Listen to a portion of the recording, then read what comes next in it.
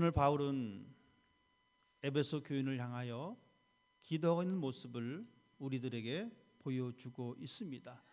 여러분, 우리는 하나님을 믿으면서 하나님 앞에 기도를 드립니다.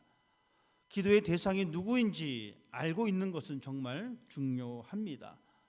내가 믿는 하나님이 어떤 분이신지, 나의 기도에 응답하시는 그분이 어떤 분이신지, 그분에 대한 확신과 그분에 대한 믿음을 우리는 가지고 있는 사람이 되어야 합니다.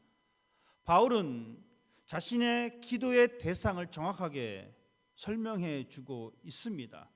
오늘 본문 말씀은 기록하기를 하늘과 땅에 있는 각 족속에게 이름을 주신 아버지께 무릎을 꿇는다라고 이야기하고 있습니다.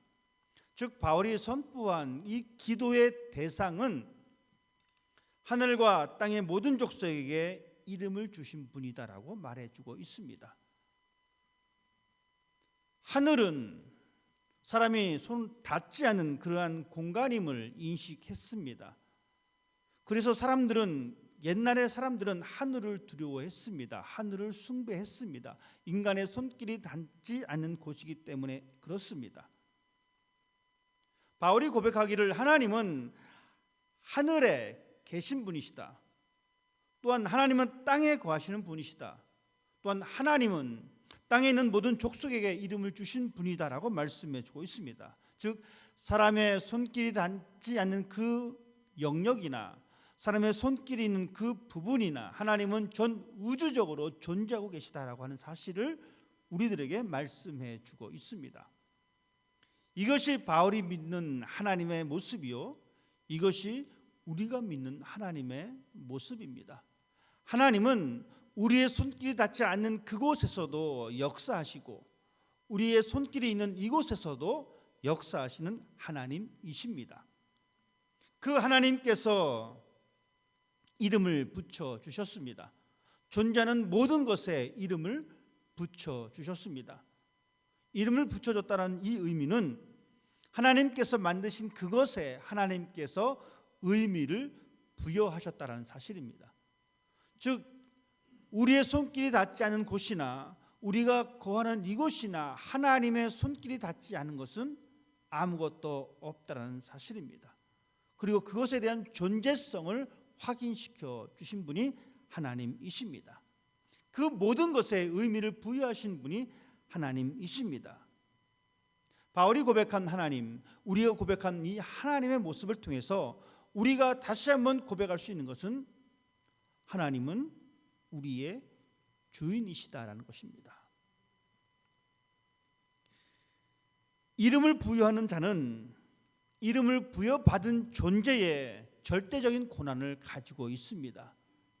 즉 하나님은 우리에게 이름을 부여하셨습니다. 하나님은 이 세상의 모든 것에 의미를 부여하셨다라는 이야기는 하나님은 이 모든 것에 절대적인 권한을 가지고 계시다는 것입니다. 우리뿐만이 아니라 우리가 알지 못하는 그 영역까지도 하나님의 절대적인 힘이 작용하고 있다는 것입니다. 야곱이 이스라엘로 바뀌었습니다. 아브람이 아브라함으로 하나님께서 그 이름을 바꾸어 주셨습니다. 하나님께서는 그 사람들에게 새로운 의미를, 새로운 존재를 부여하셨다는 것입니다. 이것이 바로 우리의 기도를 들으시는 하나님의 모습입니다. 하나님의 속성이십니다. 즉 하나님은 모든 것의 창조자 되신다라는 이야기입니다. 하나님에 의해서 모든 것이 존재합니다. 하나님 안에서 우리는 하나님의 소유된 백성임을 우리는 고백합니다. 이것은 비단 사도 바울뿐만이 아니라 베드로 사도도 우리들에게 그렇게 말씀해 주고 있습니다. 우리는 그의 소유된 백성이다. 즉 우리의 주인은 하나님이시다. 우리가 살아가는 이 우주는 하나님의 것이다라는 것입니다. 바울은 에베소 교인을 향해서 말하기를 내가 그런 하나님 앞에 내가 무릎을 꿇었다라고 이야기하고 있습니다. 바울은 히브리 사람입니다. 히브리 사람들의 특징이 있습니다. 여러분 우리가 기도드립시다라고 하면 여러분 어떻게 하십니까? 기도하십시다라고 하면 다 고개를 약간 숙이고 눈을 감습니다. 이것이 우리의 보통의 모습입니다. 제가 영화를 보면서 놀란 것은 기도를 하자 그랬는데 다들 눈을 뜨고 있더라고요. 그래서 우리 한국 사람은 눈 감고 기도하는데 왜 외국 사람들은 눈을 뜨고 기도할까?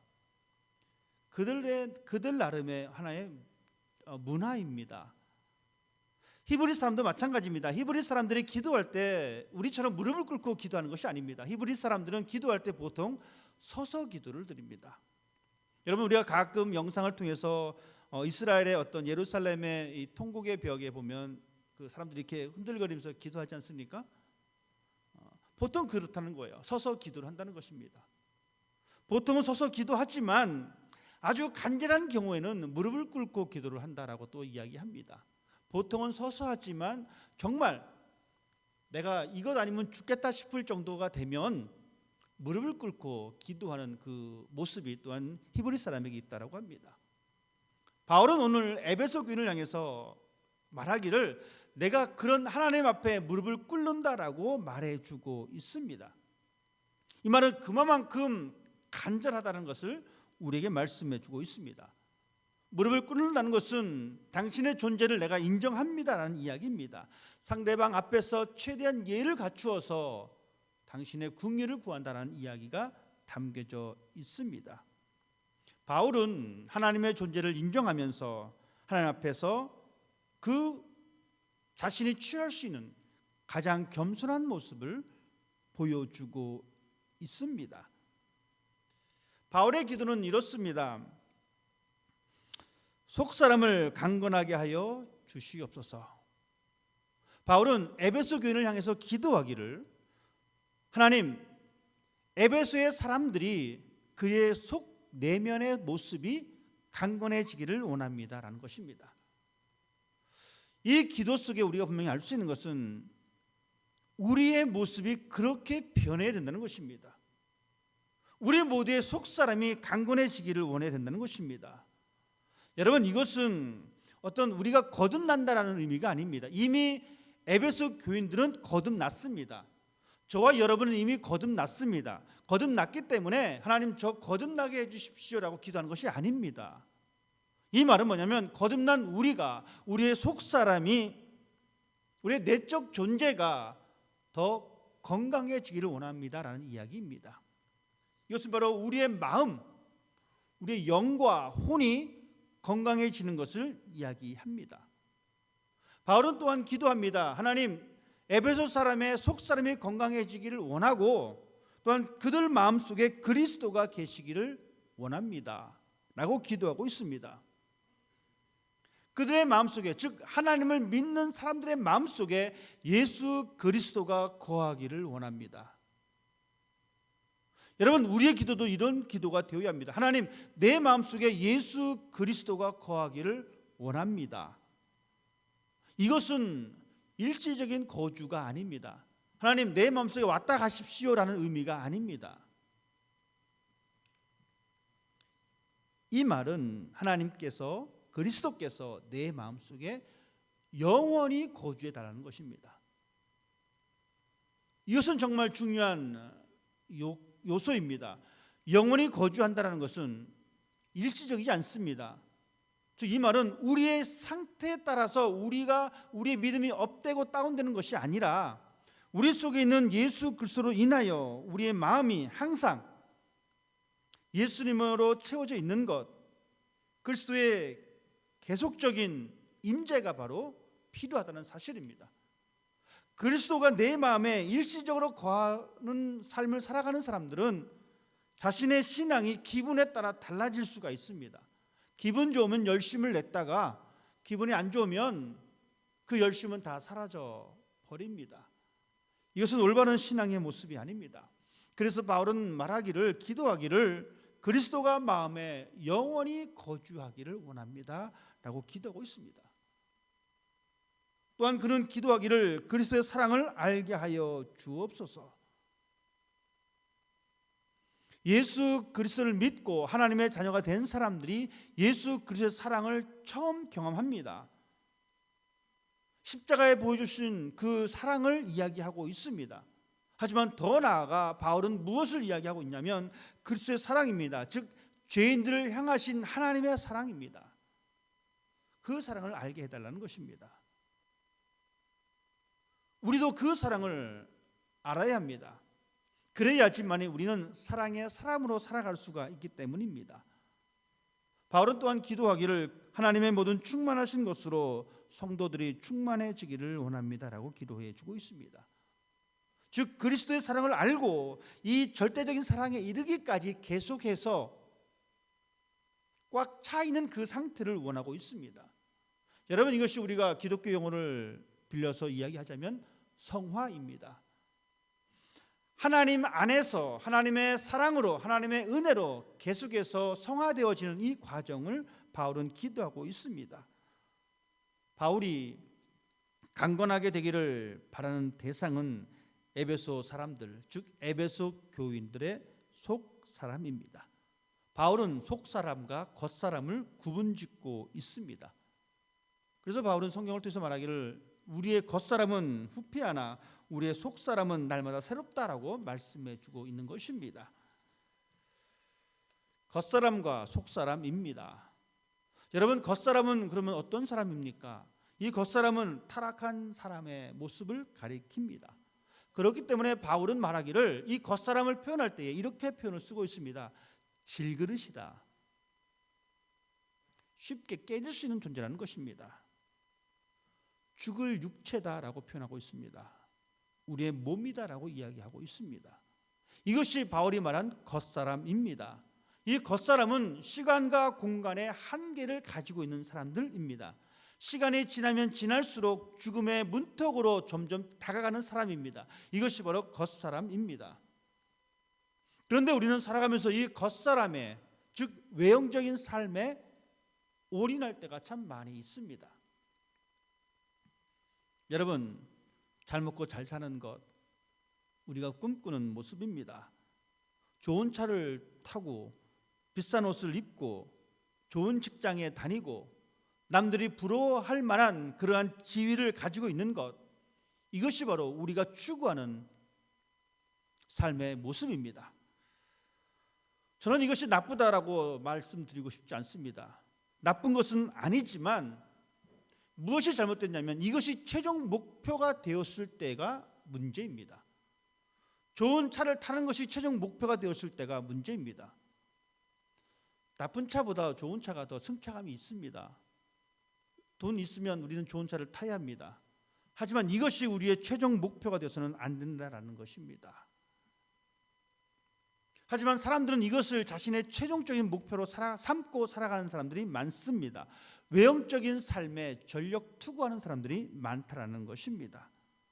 그러다 보니까 타인의 시선을 의식합니다.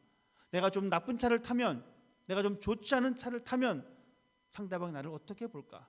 내가 좀 싼 옷을 입으면 상대방이 어떻게 볼까? 겉사람의 모습을 갖추려고 부단히 애를 씁니다.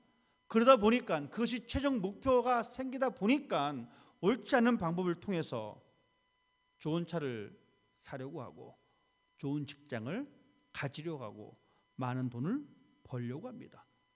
그러다 보니 다른 사람에게 몹쓸짓도 할 때도 있습니다. 손가락질 받을 일도 종종 벌어질 때도 있습니다. 그렇게 해서라도 과연 우리가 그 목표를 달성한다라면은 과연 우리는 만족할 수 있을까?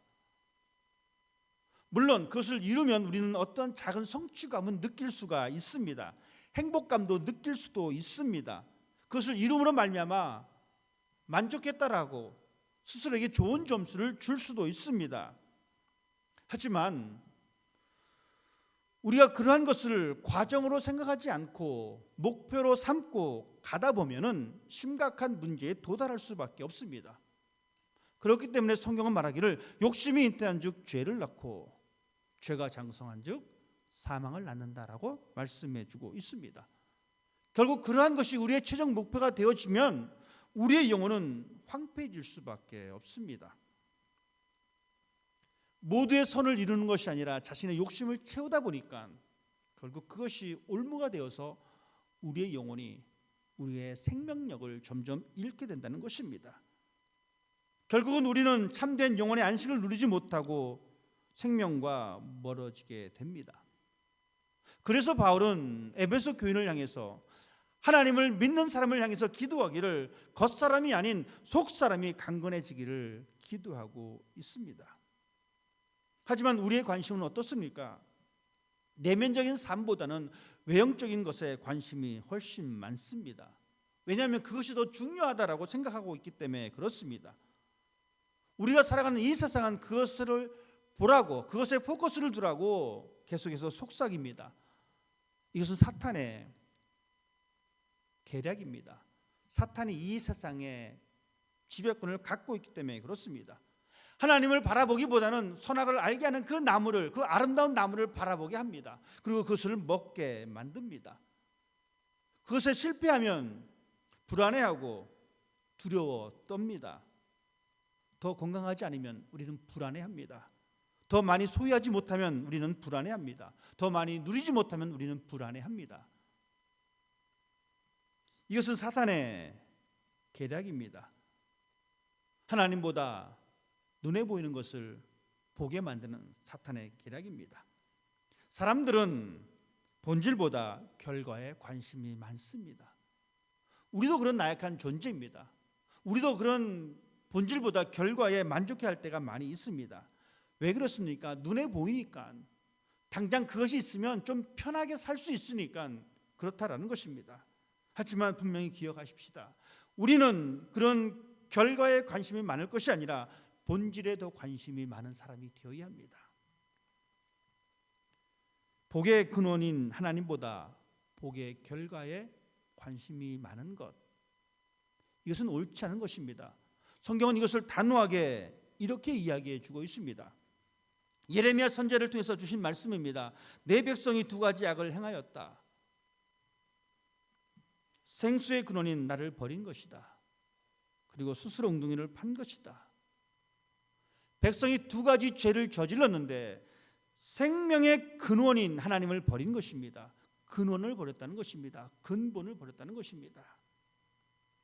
본질을 버린 것을 죄라라고 단호하게 말해주고 있습니다. 즉 하나님보다 복을 찾는 것이 죄라는 것입니다. 물론 우리에게 필요한 것은 복입니다. 우리는 복받은 사람이 되어야 합니다. 이 복은 하나님보다 우선시될 수 없다는 이야기입니다. 이것을 죄다라고 예레미야는 우리들에게 분명히 말씀해주고 있습니다. 바울은 우리들에게 내면의 삶이 있다, 속사람이 있다라고 하는 것을 우리에게 분명히 말씀해주고 있습니다. 자, 그러면 속사람이란 과연 무엇일까? 단순한 어떤 무의식이나 심리 상태를 말하는 것이 아닙니다. 바울이 말하는 이 속사람은 우리가 보통 이야기하는 마음 상태, 어떤 무의식의 세상, 이것이 아닙니다. 여러분, 이 무의식이나 어떤 심리 상태는 여러분 우리가 심리학이나 의학에 의해서 접근할 수 있는 영역입니다. 여러분 그렇지 않습니까? 우리의 심리 상태는 의학에 의해서 접근할 수가 있습니다. 그래서 우리는 때로는 상담과 의사를 통해서 상담을 받기도 하고 이 카운셀링을 통해서 상담을 받아서 우리의 마음의 상태를 이렇게 컨트롤하기도 합니다. 어쩌면 이 부분은 교회를 찾는 것보다 목사보다 의사가 더 전문가입니다. 목사보다 카운셀러가 더 전문가입니다. 그것을 찾는 것이 더 맞습니다. 그러면 바울이 말한 이 속사람은 과연 어떤 것인가? 이 내면은 무엇인가? 더 넓고 더 오묘한 세상이 바로 바울이 말한 속사람의 개념입니다. 그냥 새롭게 결단하고 새 마음을 품는 것, 이 정도가 아닙니다. 이 속마음의 영역은 인간의 손으로 접근할 수 없는 영역입니다. 정신과 의사가 접근할 수 없는 영역입니다. 상담가가 접근할 수 없는 영역입니다. 목사가 접근할 수 없는 영역입니다. 세상에 그 어떤 전문가도 접근할 수 없는 영역이 바로 이 내면의 영역입니다. 바울이 말한 것은 바로 그 영역을 말하고 있는 것입니다. 바로 그 부분이 영성입니다. 이 세상을 바라보는 시각이 있습니다. 여러분 이 세상을 바라볼 때에 어떻게 바라보냐면 지식과 감정을 가지고 이 세상을 바라봅니다. 그래서 IQ를 이야기합니다. 그래서 사람들이 EQ를 이야기합니다. 지능 지수와 감정 지수를 가지고 사람들은 이 세상을 바라봅니다. 인간의 논리적인 지능을 측정하기도 하고 이 감정 지수를 통해서 다른 사람들과 이 관계를 잘 어떻게 살필 것인가를 판단하기도 합니다. 이 지능 지수와 감정 지수보다 훨씬 더 넓은 것이 있는데 바로 이 영성입니다. 여러분, 이 영성 부분은 이 정신과학자들이 말한 부분이기도 합니다. 결국 이 사람들은 어떻게 이 영성 부분을 이야기하냐면 이 부분은 신의 영역이다라고 이야기합니다. 영적인 주제에 대해서 이야기할 때에 신경 보이는 신경 반응입니다. 즉 우리가 하나님에 대해서 이야기할 때에 우리의 뇌 속에서 일어나는 이 발생되어진 이 뇌파입니다. 불교도들이 석가모니를 이야기할 때 나타나는 현상들입니다. 이 부분이 있다는 것입니다. 그래서 우리는 이것을 영적 지능이다라고 이야기합니다. 바울이 말한 이 지능은 바로 영적 지능입니다. 바울이 말하는 속사람은 이 영적 지능을 말합니다. 우리 내면의 삶의 모습이 영성의 차원으로 접근해야 된다는 것입니다. 그것이 꽉 채워져야 된다는 것입니다. 우리의 속사람, 우리의 내면, 우리의 영성, 이것이 강해져야 된다는 것입니다. 영성이 강해지는 사람은 하나님의 영광으로 채워진 사람입니다. 영성으로 강해진 사람들은 하나님의 성령으로 충만하게 채워진 사람입니다. 이런 사람들은 어떠한 것이라도 소화할 수 있는 사람들입니다. 바울이 어떠한 상황이 있었어도 그는 그 모든 것을 소화해냈습니다. 왜 그렇습니까? 바울이 기질적으로 정말 특별한 사람이라서 그걸 소화해낸 것이 아닙니다. 우리가 알다시피 바울은 금수저입니다. 가질 것 다 가진 사람입니다. 부모님도 좋고 배운 학식도 있고 재물도 있었던 사람입니다. 그런 사람이 여러분 매맞는 일을 많이 견뎌냅니다. 그런 사람이 배고픔을 다 참아냅니다. 왜 그렇습니까? 그의 내면이, 즉 그의 영성이 강했기 때문에 어떤 것이라도 소화할 수 있었고, 그렇기 때문에 바울은 말합니다. 기뻐하십시오. 감사하십시오. 왜 그렇습니까? 그는 하나님의 영으로 채워져 있기 때문에 그렇습니다. 영적인 차원이 곧 내면의 삶입니다.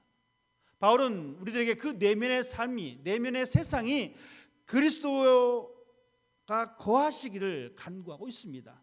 믿음으로 그리스도께서 여러분의 마음에 계시기를 기도합니다.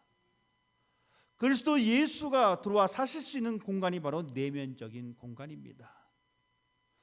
우리 모두는 이 내면의 세상을 가지고 있습니다. 어떤 사람은 이 내면의 세상이 텅 비어 있는 사람이 있습니다. 내면의 세상이 텅 비어 있다 보니까 외형적인 것에서만 자신을 드러내려고 합니다. 교회에 와서도 내면을 채우기보다는 교회에서조차도 외면의 것을 보여주려고 합니다. 이런 사람들은 그 마음속에 그리스도가 없기 때문에 조금 바람이 불면 금방 사라져 버립니다. 그렇기 때문에 사도 바울은 우리들에게 우리의 내면, 우리의 영성이 정말 중요하다라고 우리에게 말씀해 주고 있습니다. 이 영성이 충만할 때에, 즉 그리스도께서 내 마음에 거하실 때에 우리의 삶은 사랑의 삶으로 바뀌게 되어집니다. 바울이 기도한 것은 바로 그러한 부분입니다. 여러분, 우리가 사랑의 사람으로 살아낼 수 있는 것은 우리 속에 그리스도가 계시기 때문에, 내 마음에 그리스도가 충만하게 계시기 때문에 그렇습니다. 단순히 마음이 따뜻한 사람이 사랑의 사람일까요? 동정심과 이해심이 많은 사람이 사랑의 사람일까요? 미안하지만 우리보다 훨씬 더 마음이 따뜻한 사람들이 저 바깥 세상에 있습니다. 우리보다 더 이해심 많은 사람이, 우리보다 더 사랑이 많은 사람이 하나님을 알지 못함에도 불구하고 살아가는 사람들이 무수히 많습니다. 연인들이 서로 사랑합니다. 부모와 자식 간의 사랑이 있습니다. 그것이 사랑의 전부가 아닙니다. 환경에 따라서 그 무엇들이 변합니다. 사랑의 비슷한 모습을 가질 뿐 진정한 사랑의 활동이 아닙니다. 한계가 존재하고 환경에 쉽게 반응하기 때문에 그렇습니다. 하나님께서 말씀하신 이 그리스도가 내 마음에 꽉 채워줌으로 말미암아 드러나는 하나님의 사랑은 사람의 노력으로 이루어지는 것이 아닙니다. 이것은 하나님의 본질입니다. 우리의 내면에 필요한 것이 그것이다라고 바울은 이야기해 주고 있습니다. 사랑 가운데 살아갈 수 있다는 것은 하나님의 사랑으로 뿌리가 박히고 터가 굳건해지는 것, 이것이 바로 내면이 강한 사람의 모습입니다. 내면을 채우지 아니하고 외면적으로 사랑을 드러내는 것, 말씀드렸듯이 환경이 변하면 쉽게 변합니다. 조그만 어려움이 있어도 그 사랑은 쉽게 포기해 버립니다. 하지만 하나님의 사랑은 어떻습니까? 하나님의 사랑은 어떠한 환경에서도 변하지 않습니다. 우리는 그 사랑을 품고 살아가는 사람입니다. 그리고 그 사랑을 나타내는 사람이 되어야 합니다. 바울은 에베소 교인을 향하여 기도합니다. 하나님은 이 시대 우리를 향해서 요구하고 계십니다. 우리의 속사람이 강건해지기를, 우리의 속사람이 성령으로 인하여 강건해지기를, 이 기도가 우리 모두의 기도가 되어야 합니다. 하나님, 내 마음에 하나님이 거하시는 그 내 마음 속에 예수 그리스도가 거하기를 원합니다. 어렵고 힘든 상황을 이겨낼 수 있는 것은 우리가 소유한 것이 아닙니다. 우리의 내면의 강함이 어렵고 힘든 이 세상을 살아낼 수가 있습니다. 우리는 살아가면서 육신의 건강을 위해서 기도합니다. 왜냐하면 육신이 건강해야 마음도 건강해지기 때문입니다. 그렇지만 육신의 건강이 충분하다라고, 육신의 건강이 최고다라고 생각하시면 또한 안 됩니다. 육신이 건강하고 내 마음이 약해지면 사람은 폭력적으로 변합니다. 육신이 강해지고 마음이 약해지면 사람은 폭력적으로 변합니다. 내 내면의 약함을 육신으로 채우려고 합니다. 그것이 힘이면 상대방에게 힘을 씁니다. 그것이 재물이면 그 재물로 상대방을 힘들게 합니다. 마음의 부족함을 힘으로, 재물로 채우려고 합니다. 그것은 우리를 지켜낼 수가 없습니다. 바울이 어려움을 이겨낸 것도 겉사람이 강해서가 아니라 내면이 강한 사람이기 때문에 그렇습니다. 여러분, 우리들 주변에 신념이 강한 사람들이 있습니다. 이 사람들은 이 팔랑귀가 되지 않습니다. 그렇지 않습니까? 아무리 옆에서 이야기해도 마음의 심지가 굳은 사람은 잘 듣지 않습니다. 그 사람하고 한번 대화를 하면 24시간 대화를 해도 결론이 나지 않습니다. 제 친구 중에 그런 친구가 한 명 있습니다. 밤을 꼬박 새서 한 가지 주제를 이야기하면 절대 그 친구는 변하지 않습니다. 그만큼 신념이 있습니다. 그 속이 강하다는 것입니다. 속이 강하지 않으면 누가 여기서 이렇게 얘기하면 그래, 맞아 따라갑니다. 누가 저기서 또 저렇게 얘기하면 맞아 또 따라갑니다. 자기 것을 할 수가 없습니다. 바울은 우리들에게 우리의 속사람이 강건해지기를 원하고 있습니다. 여러분의 속사람이 강건해지기를 기도하십시다. 성령님께서 성령님을 통하여 여러분의 마음이 강건해지시기를 기도하십시다. 그 사람이 하나님의 영광을 따라 풍성한 삶을 살아갈 수가 있습니다. 그 사람이 복음의 삶을 살아낼 수가 있습니다. 그 사람이 예수님께서 말씀하신 빛과 소금의 역할을 감당하면서 살아갈 수가 있습니다. 예수님께서 말씀하셨습니다. 너희는 세상의 빛이요 소금이다. 이 말씀이 응답될 수 있는 것은 여러분의 내면이 하나님의 마음으로 채워질 때에, 여러분은 하나님께서 말씀하신 그 말씀이 여러분에게 응답되는 것입니다. 이 축복이 우리 모두에게 임하게 되기를 주님의 이름으로 부탁을 드립니다. 기도하겠습니다.